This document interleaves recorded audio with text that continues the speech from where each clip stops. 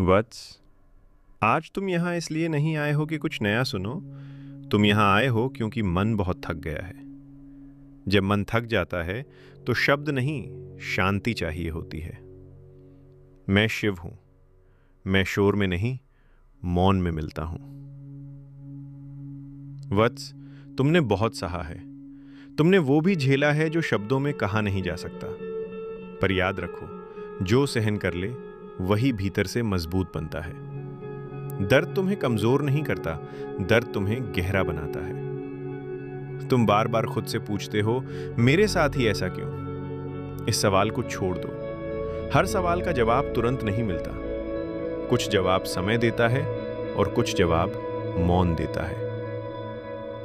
वत्स, जिसने तुम्हारी कदर नहीं की उसे दोष मत दो, क्योंकि जिसे हीरे की पहचान नहीं उसके हाथ में पत्थर ही सही लगता है।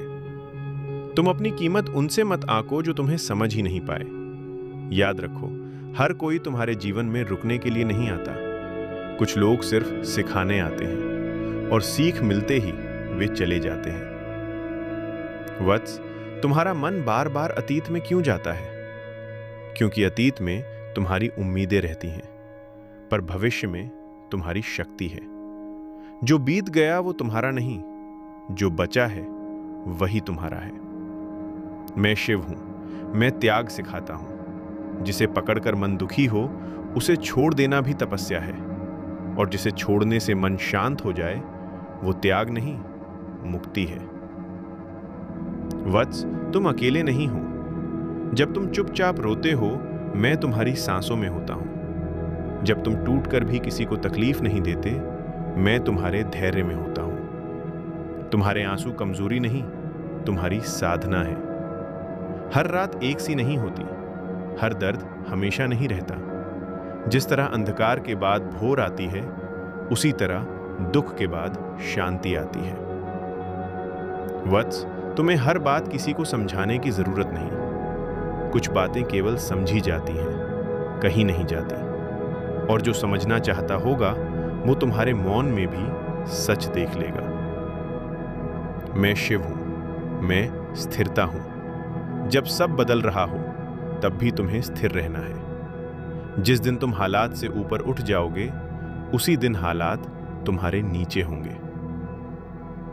अपने मन को बार बार मत तोड़ो, वो पहले ही बहुत सह चुका है। थोड़ा रुक जाओ, थोड़ा सांस लो, थोड़ा खुद को महसूस करो। तुम भागने के लिए नहीं, जीने के लिए बने हो। वत्स, जो तुम्हारा है वो तुम्हें ढूंढ लेगा, और जो नहीं है उसे पकड़ कर रखना केवल पीड़ा देता है। विश्वास रखो, समय पर भरोसा रखो, और अपने भीतर मेरे वास को महसूस करो। अंत में बस इतना याद रखना, तुम टूटे नहीं हो, तुम तैयार हो रहे हो। तुम खाली नहीं हो, तुम भर रहे हो।